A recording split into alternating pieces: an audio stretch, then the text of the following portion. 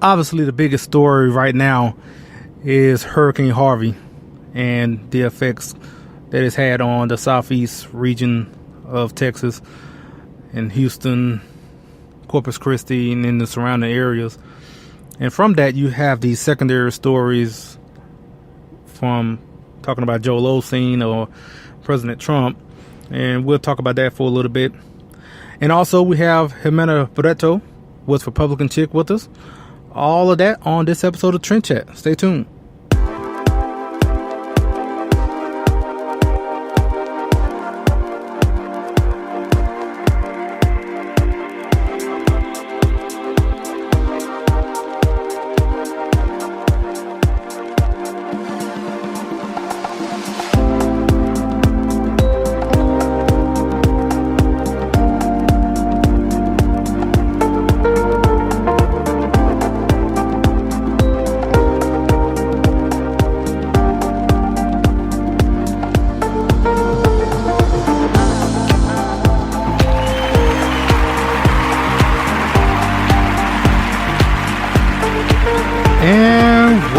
Welcome to another episode of Trend Chat. I'm your host, Brian Bledsoe. And if you want to connect with us, whether on Facebook, Instagram, or Twitter, it's all the same name, Trend Chat 24/7. And if you want to read some of my articles with Politichicks, just go to politichicks.com/author/Brian Bledsoe. Also, don't forget about the new book from Politichicks called it's called Politichicks, a clarion call to political activism, which is available on Barnes & Noble and Amazon. So, it's been a while. I know I did an episode on Saturday, but that was like kind of the first time I actually went through the whole intro and everything. Just like, it hasn't been that long, but for some reason I feel like I'm having to relearn some things. Even doing this episode right now, we're broadcasting from Little Rock, Arkansas today, and it just... the prep, for some reason, took longer. The process of doing the podcast is not that difficult. But I guess I just got into the routine, so it was kind of real easy to just hop in and do it. And then once you stop doing it, you got to remember, okay, I did this and that and whatever. But either way, glad you're listening. And like I said, we have Ximena Barreto and to speak with us for a couple of minutes, and we'll get to that interview momentarily. And like I said, I mentioned there was some secondary stories because obviously the big story right now is Hurricane Harvey. And first off, hopefully everybody is, doing well,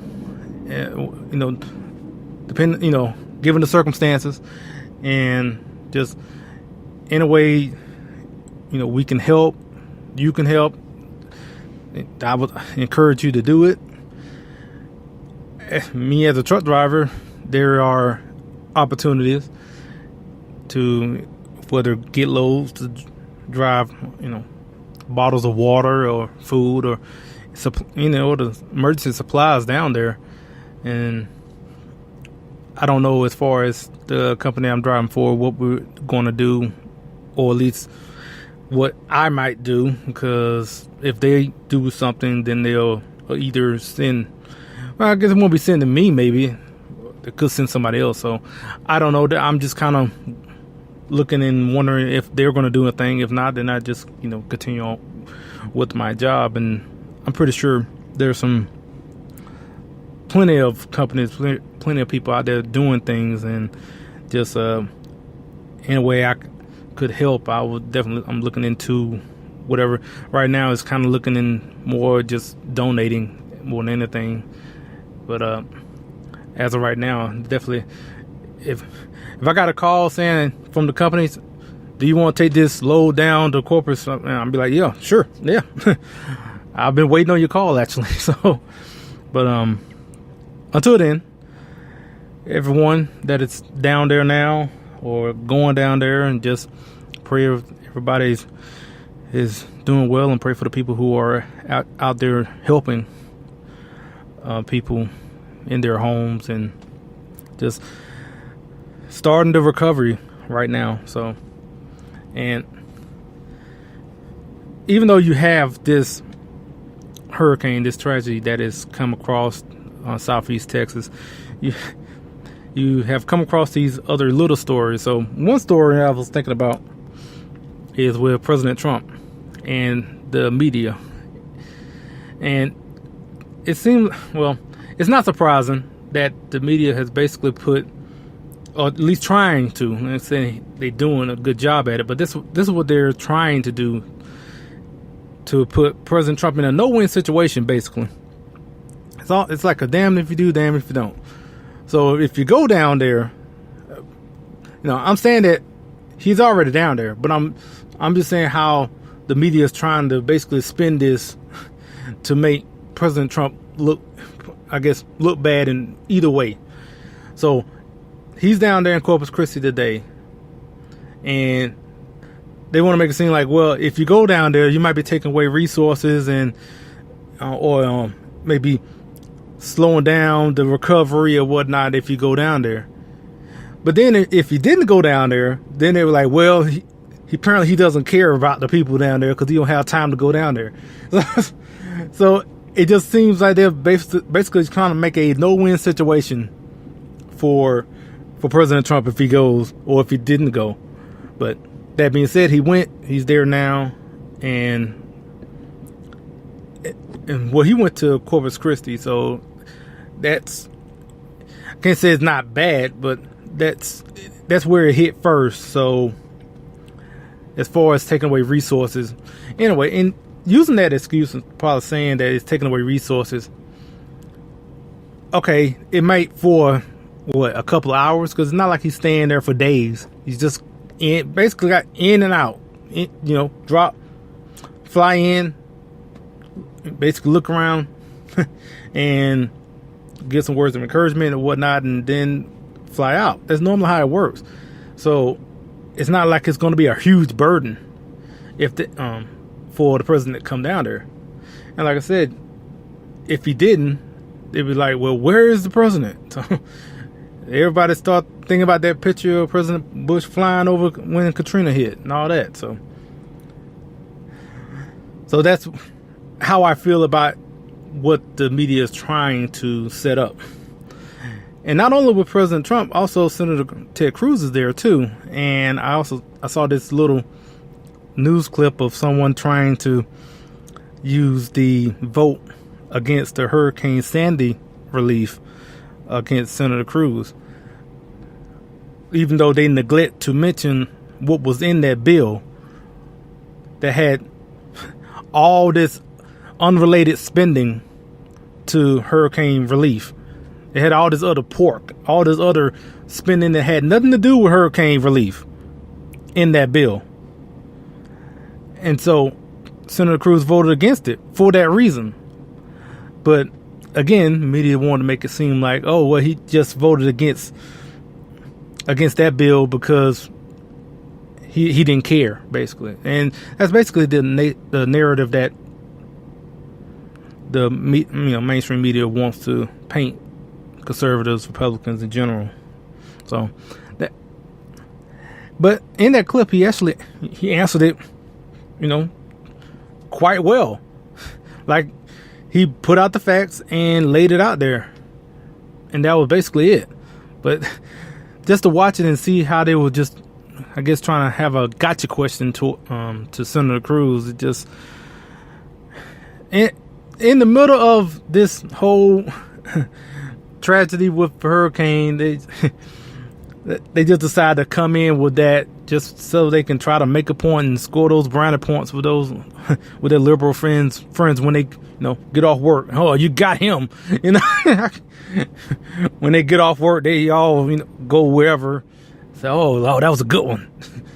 So, and also in that, you had the story with Joel Osteen. And I'm no fan of Joel Osteen at all. I think he does a lot more harm than whatever good people say he do for Christianity. I think he does a lot of harm to the gospel. And so, trust me, I'm no fan of Joel Osteen. But this whole story, as far as him not saying that he didn't open the doors of Lakewood Church, which is down there in Houston, Um, of all the things that I could criticize, that you could be critical of Joel Osteen, I feel like this is like so low on the list that it's not even worth talking about no more than how many. I've talked about this for a minute. It's almost not even worth this minute I'm talking about. There's so much more that is more offensive that Joel Osteen has done just in the sake of Christianity, and to mention this, whether he did or didn't, yeah, this is a very low on the list. So, but a lot of people talking about it, so this is Trend Chat, so I did want to at least speak on it, and that's me speaking on it. And so let's go ahead and get straight to our interview with Ximena. And like I said in the introduction when I saw the interview, I noticed her on Twitter, all these replies to all these liberals, like they was saying some of the most hateful things to her, and she was just replying back to them, and I was like, who is this? And looked into her bio and everything, and said, want to get a chance to speak with her. So that being said, here's our interview with Ximena. Welcome to Trend Chat. I'm your host, Brian Bledsoe, and we are pleased to have Ximena Barreto, who is a writer with Republican Chick. Well, I saw her first on Twitter. I saw her triggering liberals here and there, and I definitely wanted to talk with her. So, how you doing? Good. Thanks for having me. Yeah, and like I said, I'll get to the triggering liberals later, but first I want to ask about your background. Well, I moved here on a visa, and then I got a work permit, and I went through the whole process. And then I did real estate for a while after I got my citizenship. Then I met the father of my kid, and then I had a daughter in 2011. So after that, I just did a lot of volunteering work till right about now that she's in school again. So that's pretty much what I have been doing. Okay, and I saw on your bio you said you've been conservative your whole life, and yes, my family's super right wing. Okay, and you attribute that to your, I guess you're in a military family. My dad was, yeah, and my sister is in the military, and my two brothers-in-law. So yeah, I think that has to do a lot with it. But also, Colombia is very religious, so I think it goes hand in hand, the conservative values. Okay, so I guess growing up, it wasn't foreign, I guess, in a way of being conservative growing up in Colombia as opposed to in other communities, especially in minority communities. I mean, you didn't have to, as far as growing up, did you have like a lot of liberal family members or have to deal with a lot of? Not really. Okay. Well, that's not really. So for me, it's kind of hard when I hear and all these people harassing me because of my background when I grew up with people that everybody had like a similar mindset. Yeah. It wasn't until college that I realized there was some people that were really liberal. But I think it's about respect too, like over there, like you don't talk about politics that much. Okay, and what did you? I think that this election changed that here. And where did you go to college? Oh, in Colombia. Oh, okay, it was in Colombia. Okay. Yeah. Okay, so when did you start the process to come into the U.S.? 2000. Well, I always had a tourist visa since I'm like a kid. My dad and my mom got it for me when I was a kid, but I didn't start it till 2005. Then I came in 2006. And then I think I applied for residency like 2007 2007. And then I became a permanent resident in 2008. And then my citizenship, I applied in 2010. Yeah, and I was naturalized in 2011, so it's been 7 years. Okay, and I saw that you said that it was kind of an exhausting process. So, I guess kind of give people that have no clue some insight as far as what does someone have to go through as far as wanting to come to the country legally. Well, see, the thing is, like, people say it's hard. Certain things are hard, but certain things are not. If you go on the USCIS website, They have every single form in every single language. So that part is easy. I didn't use a lawyer, nothing. I did it on my own. So that part you can do it. The hard part is when you come in, you have to do medical tests. They send you to a doctor. Then you have to do fingerprinting.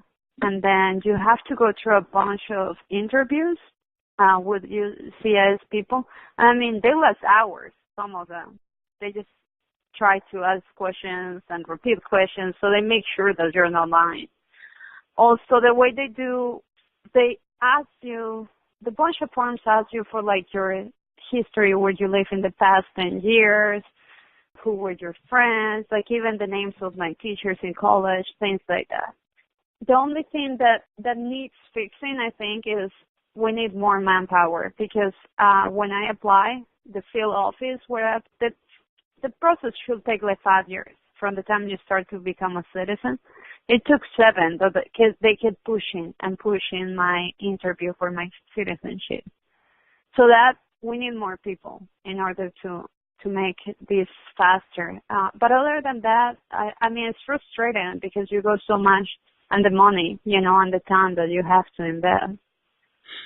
Okay. So when people say, oh, you have no compassion and everything, it's like, well, I put a lot of work to become a citizen, so it is kind of like a slap in the face when there's people that want to keep everyone here. And see, my thing is like, I'm compassionate and I will be okay with the ones that are here already that are not criminals, that don't have felonies or anything like that. But go through the process, like, hey, fix your status and pay and go through the same thing that I did, Yeah. Because I just don't believe, like, giving them an amnesty and, like, here, now you're a U.S. citizen. Like, that's just a slap in the face for everybody that has done it the right way. Yeah, and actually my next question was going to be about what is your opinion on the whole process, but you kind of just already answered it. That basically it's about manpower, that you just need to increase the manpower. Is there anything else in particular you think needs to improve? Well, see, I think my views has changed a lot, because at first it's like, well, everybody should go back. But then I have a friend that works actually, and I have an immigration lawyer friend that she helps here in California people to fix their status. And I have one of my friends that works in Border Patrol. And I was like, well, they're criminals. They cross. Well, crossing into the country doesn't fall into criminal law. It's an administrative fine through immigration. So it's immigration law. So they actually, it's a misdemeanor. It's not considered a felony. So that's why they, it's harder to deport them for that reason. And my thing is, like, there has to be a system, like a work kind of system that we make them work so they become citizens, and then deport the rest. The criminals need to go, like how many people, there is a case that is ready to restart here in Southern California in September. This woman was double the legal limit in California, left a hotel in the middle, like at 4 a.m, and killed a 65-year-old man. So we have people here in Southern California defending her, and they don't want her to get deported. But why are they defending her? Because politicians here are thinking, well, if we allow this, they're going to start sending everybody. And there's people that have been, like, I understand that there's some people that haven't gotten in trouble, and they probably pay taxes and contribute and whatnot, but they need to become legal, Yeah. They have to. And that will help the economy too. Think about it, $5,000, then they will get into, it's like about $5,000 per person, but I'm talking about like 7 years ago when I applied, and I'm sure the fees have changed.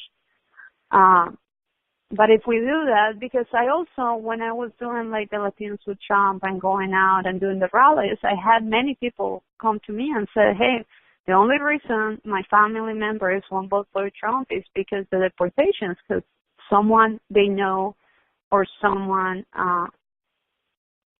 they know, someone from their church is illegal, and I was like, well, at this point, very few people don't know. Everybody at this point knows someone that is illegal. I don't, in my case, I actually don't. But, since the Reagan gave amnesty, like at least one of the parents of someone that is illegal. So it's like we need to compromise on that and help these people fix their status so we get more votes as Republicans, Because I would get tons of DMs like, hey, the only reason my family didn't vote is because we know someone from church that is illegal. Stuff like that. So if we compromise on that, because Latinos are very family-oriented and like against abortion and everything, if we compromise on that, we will get so many votes, But the ones that have DUIs and all of that, they can send them back. That I have no issue. Yeah. And, now, since I have you on right now, I want to, I guess, give this analogy that I've given before on the podcast and see what you think. When it comes to immigration in particular, I kind of view it as basically for anyone can understand living in your home, your apartment or something like this. Mm-hmm. And so the United States, it's not like there's a closed door saying that no one can come in. The United States is welcoming people to come in. It's just that people need to come through the front door, like your house. Yes. And so and if someone do sneak into your house, then you have every right to feel like, okay, why are you sneaking into my house? And then and you will feel like, okay, one, you already have lost a little bit of trust in that person because they felt like they need to sneak into your house as opposed to come through the front door. And that's kind of the analogy I kind of use as far as like everyone can picture living at their house and kind of view immigration in that same light. I just want to ask your opinion about that analogy I make. Well, but here's the thing, it's like I'm talking about the people that are already here. You have to think how much fiscally, how much it will cost to deport every single person that has come in illegally. Like that's unrealistic. That's not, and I understand. Yeah, you broke one rule. There's not trust, so maybe don't give them citizenship, but maybe do a conditional residency. There's different levels. So maybe do it that way. But for people to say, oh, let's deport them all, that's unrealistic. That will cost millions of dollars. And not only that, how we're going to find them? Because they're not registered anywhere. There's approximations, but we don't really know how many we have. But moving forward, I fully support the Race Act because that's another thing. Like, when you apply to come into the country and all those forms, you have to present and to get any visa, like the word visa, you have to present your financial records. I had to prove that I was in a school at the time that I got my first visa, like your grades, everything. So moving forward, I fully support the president with that. Like anybody that from this year till his last days in office, they need to vet them and make sure they're quality people because there's not many people in STEM jobs right now. We're outsourcing all those jobs to India, and other countries. So if we make sure people that are like engineers coming in, then that will fix a lot of problems, Yeah, and but as far as the ones that are here, I just think it's unrealistic to deport them all. Yeah, and the analogy that I'm making, it's not even going towards deportation. Like it's just the analogy that I'm making it basically just about immigration in particular, just the basic part of it. Yeah, you cannot trust them. Yeah, they already violated your trust. That's first, and I understand that, but maybe give them a conditional residency. Yeah. And I'm talking about it has to be people that have never gotten a ticket even or lose their license. It has to be really good people. Yeah. That may be cross because they weren't like gonna get killed or something. But others that keep, I had like one troll the other day. She's like, well, my dad was driving without a license and they deported him. I was like, well, he crossed once, that's wrong. But then driving without a license, then that's two things. Like he deserved it.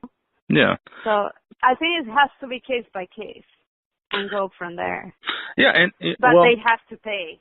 They cannot make it free for all these people, because then everybody that came here legally should sue and be like, I want my money back. You know? Yeah. Yeah. Now, when speaking of President Trump, so you were part of the Latinos for Trump. Was it just in California or nationwide? It was nationwide, and I worked for his campaign, actually. I was the media coordinator for Southern California for the Trump campaign. Okay. Well, I guess kind of two questions. Mm-hmm. So how is it being a Republican in California? And two, how was it as far as being, working for the Trump campaign? Well, working for them was amazing. It was a lot of really good people. They gave me a lot of autonomy to do things, so it was really good to work with them. I worked in the Ted Cruz campaign before the McCain. Unfortunately, I volunteered in the McCain campaign. We forgive you. Yeah. And I mean, the quality of people, like, I made friends for life. Like, these people would be my friends for life, It was a really good experience. And then Latinos with Trump. So it's a great idea, because think about, we have Fox News, but then there's not, as far as Spanish, there is not a lot of outlets that are unbiased. You have Telemundo, Voice of America, Univision, and all of them, like, you could have Univision on and Fox side to side, and Univision will say, he said that all of Mexicans are rapists. Like, they will manipulate all the information, Yep, so yep. I think creating the group was a great idea, because we actually translated Trump's platform. We translated some of his rallies and whatnot, and I think it really helped. So moving forward, we're going to keep, doing that and reaching out more people. So what was your inspiration to start Republican Chick? Well, kind of like eventually, because I volunteer in a lot of military organizations. Eventually, I want to have a lot of my friends, their husbands have been killed in mishaps, and everything had to do with, like the budget cuts, sequestration during Obama and whatnot. So my goal eventually is to have a nonprofit to be able to help these women. And I'm actually working on a project, because nobody knows this, but there's actually a widow's tax. When your husband passes away in the military, you kind of lose a certain, and this was passed a long time ago. Obama told them, I'm going to repeal it. Hillary told them the same. Nobody has helped them. So I'm actually working with Heritage Foundation and them, trying to help them get rid of this. So that's my goal, try to expose all the things that a lot of people don't know about it. And that in military spouses might be, and ghost star families might be a small portion, but they need a voice too, Yeah, and so that was kind of cool. And so I think I saw that in your bio as far as that's something you want to start as far as the nonprofit. So how far have you gotten along as far as getting that started? Well, I have people helping me, and I have a few people that, like lawyers, that want to be involved and whatnot. The thing is that I'm going to relocate next year in summer, so I'm waiting on that to finally go ahead and start it. Okay. But I have the setup ready in paper. So I guess kind of going back to what I mentioned at first, for me, I was just scrolling through Twitter one day and I saw your profile and then you was responding to someone. And so then I clicked on your profile and I just kept seeing all these replies to all these different tweets. And I'm like, wow, you're really triggering all these liberals, kind of like what I mentioned. And I was just wondering what was going on. So yeah, let me ask you, where'd all that come from? Mm-hmm. So there was a Hispanic break the internet. And I'm like, you know what? I'm so sick of people telling us that we're the racist Nazis, that we're horrible people. So I'm like, I'm going to do a social experiment. Let's put pictures of Latinos with Trump in the hatch supporting the president. The media that put them, like seriously, I had like a million notifications that night. Like I had notifications in my phone and it raised up and everything because it was nonstop. And I'm like, and then they're like, you're a traitor, blah, blah, blah. I'm like, they're like, shame on you, you're going to get deported. I'm like, citizens cannot get deported, first of all. You know, shame on me? No, because I came here legally, you know, and my family is proud because they're conservative. Like, the thing is, like, people try to put everybody in a box, you know. That's how the Democrats are. They're like, well, if you're Hispanic, you have to be a Democrat. And that's not true. Hispanics come from different places, different backgrounds. And maybe it's a Central America thing, but almost everybody, I have friends from Chile, Brazil, of course Venezuela is another thing, but like most of my friends from South America are very conservative, very, very conservative. So these people is like, well, so don't say that you're Hispanic. I can tell that you eat tortillas and things like that. I'm like, do you think everybody's Mexican if they're Hispanic? Like, don't put us in boxes. And they're like, what about your people? I'm like, I'm a U.S. citizen. My country comes first. The day I got my citizenship, I swore loyalty to the United States, nobody else. And they're like, oh, is your family okay with that? I was like, of course, my family loves President Trump. Like, they have it's like, they're the racists. And they started calling me like, oh, Uncle Tom and all these things. I'm like, you know what? Then the next day I did a Periscope. I'm like, we need to start calling them out. You know, like, they're playing on whiskey taxes. We can do it again. Let's flip it on that, you know, and expose them all. Because they have the media. We don't. So if we start exposing them on Twitter, someone in the news will pick it up, you know. We need to hit them back the way they do it to us. Yeah, you know, and the fact that having us right here talking, you have a black conservative and you have a Hispanic conservative, and I mean, that'll just blow the liberal Twitter's heads off. Well, and see, yeah, they're like, you're racist. I'm like, my daughter is mixed, and my daughter is like whiter than anybody that I know. Not only that, like, I sponsor black kids.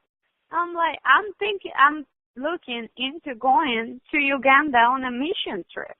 Like, these people are ridiculous. I was like, Donald Trump has helped many minorities. Nobody called him a racist till he ran. And why? Because Hillary invested, I think it was like $1 billion into smear campaigns. Mm-hmm. By saying, oh, he's racist, he's misogynist and all of this. But I'm like, who put him in the White House? Kellyanne Conway. All these women that help him. Yeah, and you know, and like every morning we will have, when I work in the campaign, we will have conference calls, and the majority was a lot of women from all kinds of backgrounds. Yeah, and you know, and women like yourself, as far as helping out in the campaign. So one other thing I also saw on Twitter is a hashtag extortion17. Now, I don't know much about it. I saw there was a book in connection with it, but give me all the details as far as what this hashtag is about. Sure. So, extortion17 was the call sign for a helicopter that was down in Afghanistan in 2011.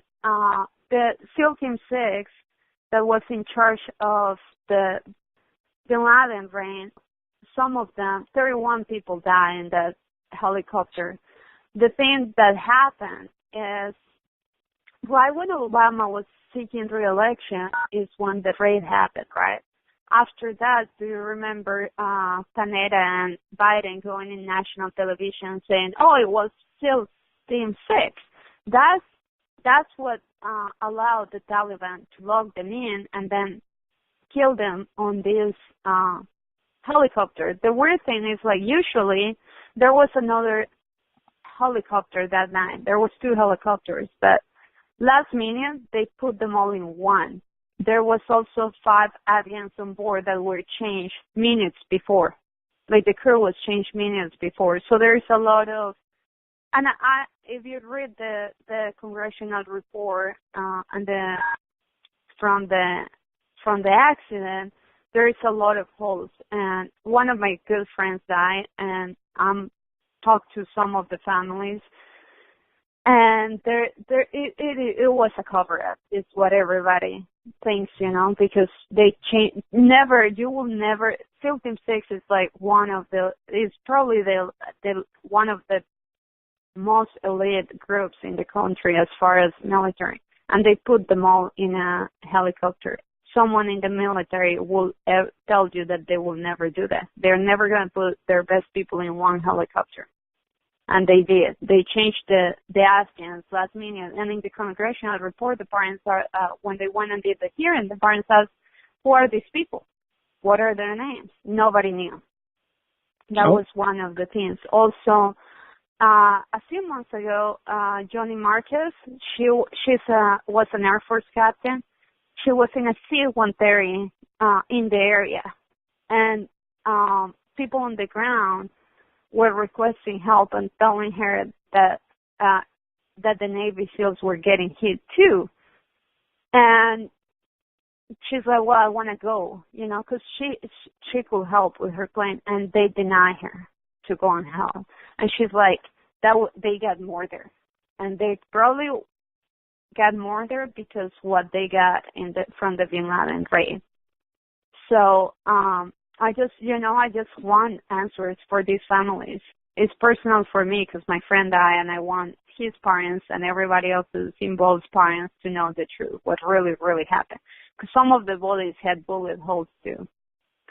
Okay. Even though the helicopter was down with an RPG. So there is many things that don't make sense. Okay.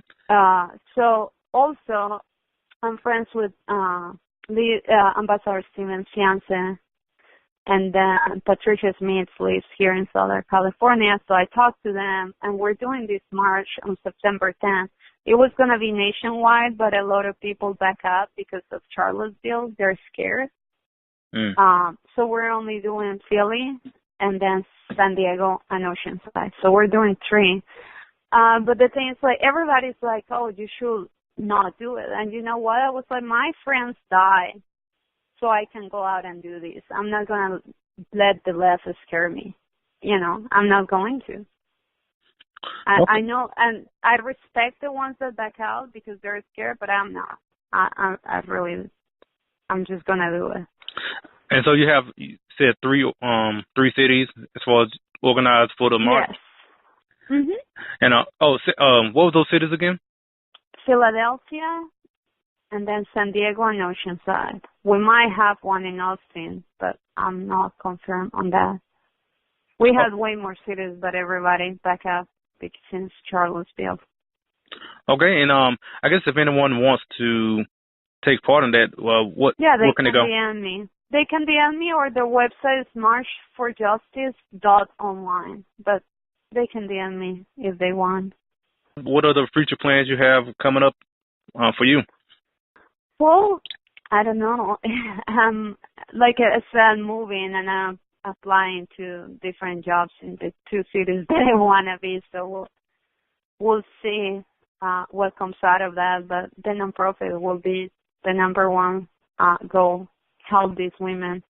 And beds, it's like it sickens me driving downtown here and but Petco Park, there's so many homeless. It looks, I grew up in Colombia, and yeah, there are some areas that are bad, but like this looks worse than anything I ever experienced in my life. And it sickens me because California spends $25 billion on illegal immigration. And meanwhile, all these beds are dying on the street. So I want to be able to help them and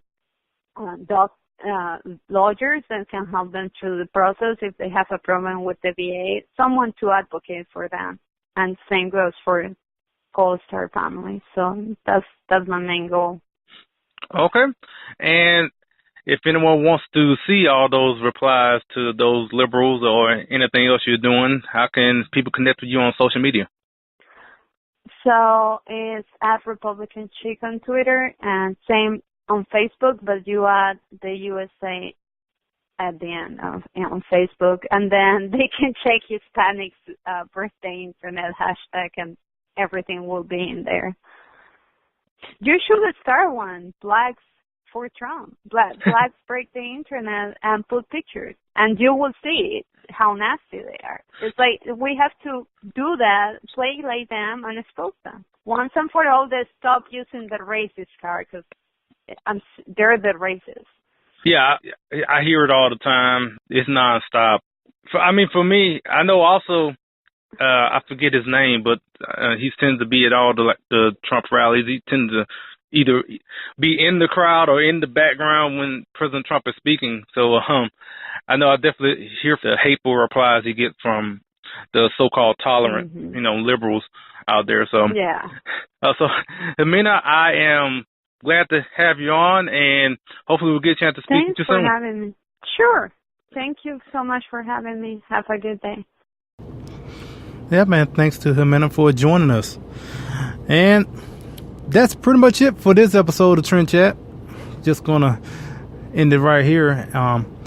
Actually, we have another guest on for Thursday, and I'm not even gonna say who it is yet. But if you have followed me on Facebook or Instagram or anywhere, like I said in the beginning, whether it's Facebook, Instagram, or Twitter, it's all the same name, TrendChat 24/7. If you checked any one of those, you know who I may have on Thursday. So I'll just leave it at that so people can go to the social media pages, get some traction on there, I guess. So that being said, until Thursday, we will chat with you later.